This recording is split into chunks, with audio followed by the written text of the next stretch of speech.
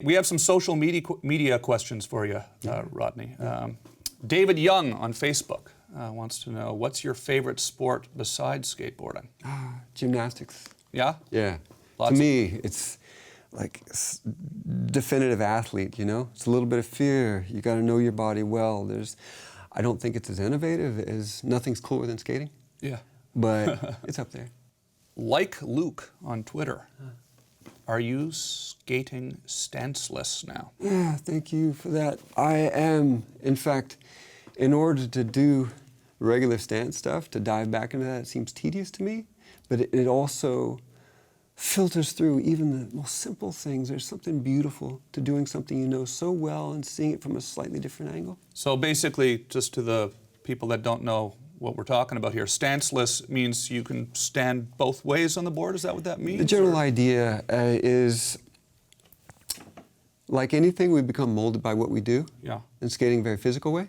And you could say we are sort of sophisticated puppets, right?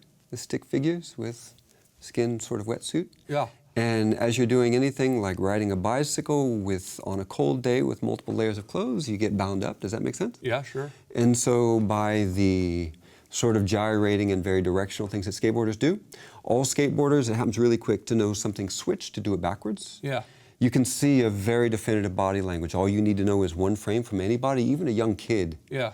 And you're like, yeah, it's only obvious what direction he naturally goes. And when he's going backwards, which turns you against, you don't have the same leverage points and it inhibits your skateboarding. You don't have the same freedom.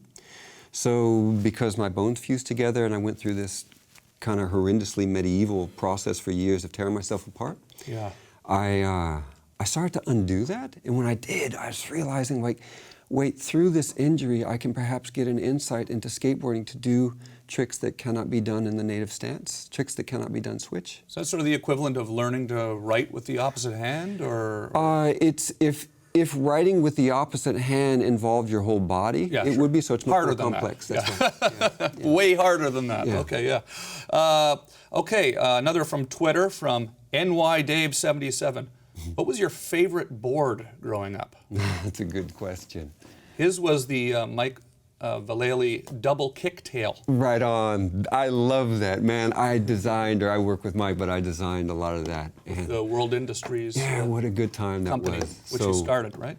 Yeah, co-starred with my partner, Steve. Yeah, amazing. What was your favorite board? You know what? Back then, because of what I did, it was such an oddball, freakish thing. We only got the vert dudes. I had to cut them with a saw myself. Oh, you did? Yeah. You get a vert board and make it smaller? Yeah, so those early Ray Bones with the skull. Oh, sword. Yeah. Still to this day, like the first contest is all custom stuff. I think that's probably what started this sort of DIY thing, you know, that's so ingrained with a lot of people who make up a lot of stuff. It's from the very beginning. I made my own boards, tuning in everything with, you know, soldering irons, whatever it took. Yeah. And so I think my favorite board goes back to the earliest Ray Bones, cutting it myself. Never miss a beat. Subscribe to Larry King now and watch new episodes every day.